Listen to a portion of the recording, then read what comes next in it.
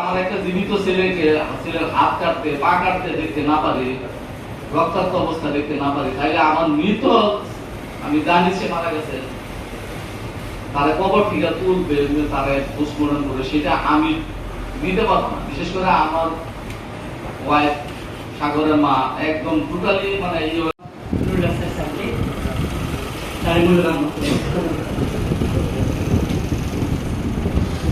থেকে উপরের দিকে পড়ে সকল ছেলেদের অংশগ্রহণ করেছে এখানে।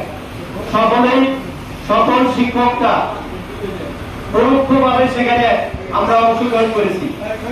আমি বলতে দ্বিধা নাই যে আমি 29 জুলাই বিভাগীয় কমিশনারের নেতৃত্বে একটি মিটিং হয়েছিল, 4 জন ডিসি সহ সবাই উপস্থিত ছিলেন।